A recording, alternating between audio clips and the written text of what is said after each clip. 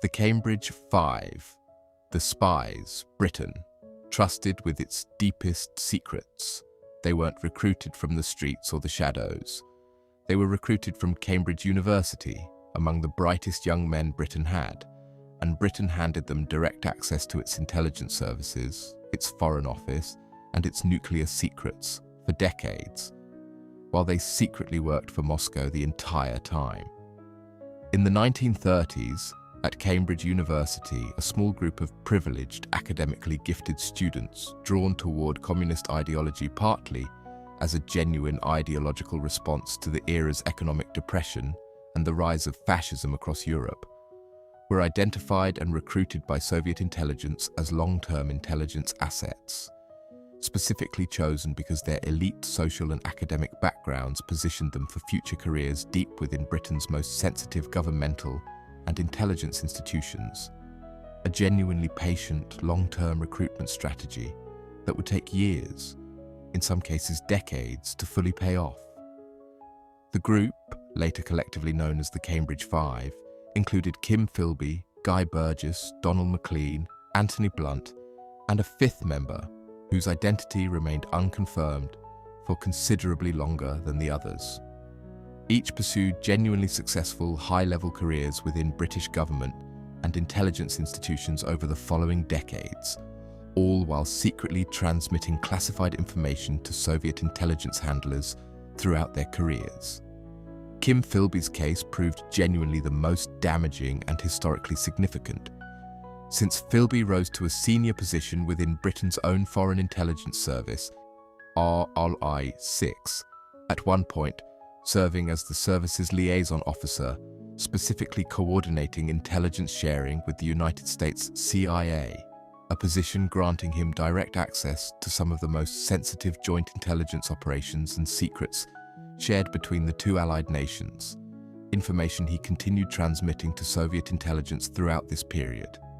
representing a genuinely catastrophic security breach at the very highest levels of Western intelligence cooperation during the earliest, most sensitive years of the Cold War. Donald Maclean similarly achieved a senior position within Britain's Foreign Office, eventually serving in Washington, D.C. with direct access to sensitive Anglo-American diplomatic and nuclear policy communications during a period when both nations were actively developing early nuclear weapons capability, meaning Maclean's espionage activities potentially provided Soviet intelligence with genuinely significant early insight into Western nuclear weapons development and broader strategic planning during one of the most consequential technological races of the 20th century. Anthony Blunt pursued a somewhat different, though genuinely significant, path, working within British domestic intelligence during the Second World War, before transitioning to a prominent career as an art historian, eventually receiving a knighthood and serving as surveyor of the Queen's pictures, a royal household position granting him close, trusted personal access to the British monarchy itself, all while his earlier wartime espionage activities remained entirely undisclosed to the public and, for a significant additional period, even to British intelligence services themselves. What genuinely distinguishes the Cambridge Five case from many other Cold War-era espionage cases is the sheer duration and cumulative institutional damage their combined activities inflicted. Decades of sustained, undetected access to Britain's most sensitive intelligence and diplomatic operations, conducted by individuals who had successfully embedded themselves so thoroughly within Britain's establishment institutions that their eventual exposure required considerable time, and, in several cases, only occurred after some members had already successfully defected to the Soviet Union, escaping formal prosecution entirely. Guy Burgess and Donald Maclean's defection in 1951, fleeing to the Soviet Union just ahead of what appeared to be imminent formal exposure and arrest, represented the case's first major public breaking point, triggering a significant British intelligence investigation that gradually, over the following years, identified Kim Philby as the likely source who had warned Maclean of his impending exposure. Though Philby himself, despite considerable suspicion, wasn't formally, publicly exposed, and forced to defect to the Soviet Union himself until 1963, meaning he had continued operating within British intelligence circles under sustained but ultimately inconclusive suspicion for over a decade following his colleague's initial defection. Anthony Blunt's own role remained entirely secret from the public for considerably longer still, only formally exposed in 1979 when British Prime Minister Margaret Thatcher publicly confirmed his identity as a Soviet agent to Parliament,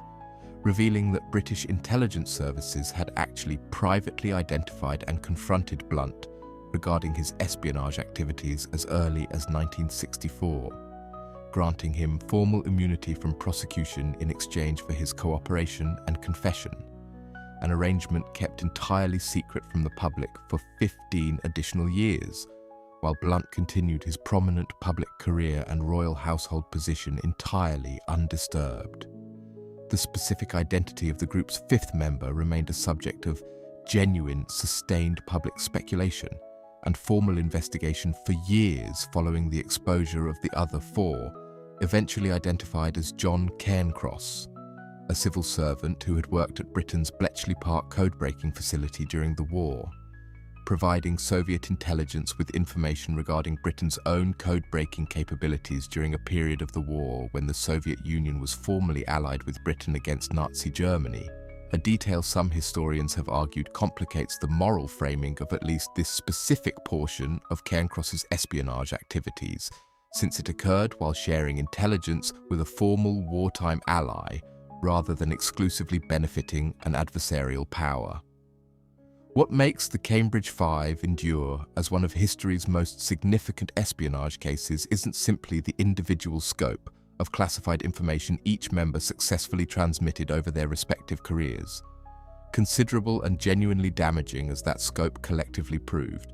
but the specific, unsettling demonstration the case provided regarding exactly how thoroughly a sufficiently patient, ideologically motivated intelligence operation could embed trusted, undetected assets within an allied nation's most sensitive institutions, sustained across multiple decades, surviving numerous internal suspicions and investigations, and in several cases ultimately escaping formal accountability entirely through successful defection or negotiated secrecy rather than prosecution. If stories like this, where the deepest institutional betrayals came not from outsiders, but from the very people a nation had trained, trusted, and elevated to its highest positions, are exactly what you come here for, subscribe to the grave details, because history holds more stories like this than most people will ever know.